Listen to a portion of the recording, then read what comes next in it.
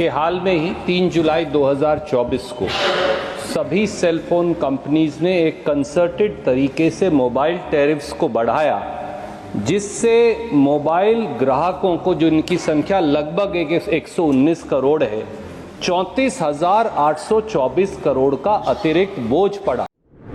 क्या 2020 में 22 विधायकों के साथ ज्योतिरादित्य सिंधिया का आना, भारतीय जनता पार्टी के साथ जुड़ना एक गलत फैसला था? क्या अब ज्योतिरादित्य सिंधिया के विधायक अब उनका साथ नहीं दे रहे हैं? क्या केंद्रीय मंत्री पद को अब ज्योतिरादित्य सिंधिया को छोड़ना पड़ेगा?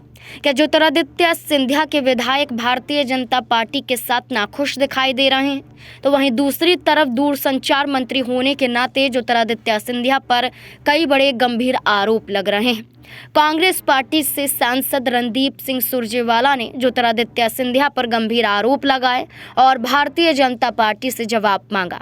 रणदीप सिंह सुरजेवाला संसद में क्या कुछ मुद्दा उठाते हुए दिखाई दिए, देखिए जरा। कि हाल में ही 3 जुलाई 2024 को सभी सेलफोन कंपनीज ने एक कंसर्टेड तरीके से मोबाइल टैरिफ्स को बढ़ाया, जिससे मोबाइल ग्राहकों को, जो इनकी संख्या लगभग 119 करोड़ है, 34,824 करोड़ का अतिरिक्त बोझ पड़ा।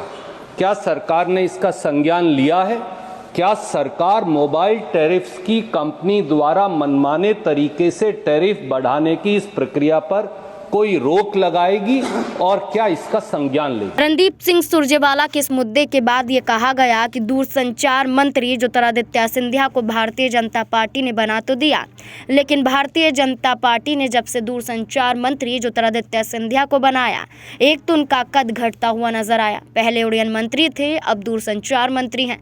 दूसरा, ज्योतिरादित्य सिंधिया पर कई आरोप लगते हैं कि अब सिर्फ फोन कॉल ही महंगा नहीं हो गया है, बल्कि डाटा भी कितना ज़्यादा चार्जेबल होता हुआ नजर आ रहा है। वहीं इसके अलावा देखा जाए तो कई कंपनियों पर उठते सवालों के बीच ज्योतिरादित्य सिंधिया पर भी सवाल खड़े होते हुए नजर आ रहे हैं। ये मुद्दा संसद के अंदर उठा और इसी मुद्दे के साथ ज्योतिरादित्य सिंधिया के खिलाफ विपक्ष ने हंगामा खड़ा कर दिया। इसके साथ साथ विधायकों पर भी आरोप भारतीय जनता पार्टी के विधायक लगाते हुए नजर आए। उनका ये कहना था कि ज्योतिरादित्य सिंधिया को अपमान भारतीय जनता पार्टी में किया जा रहा है।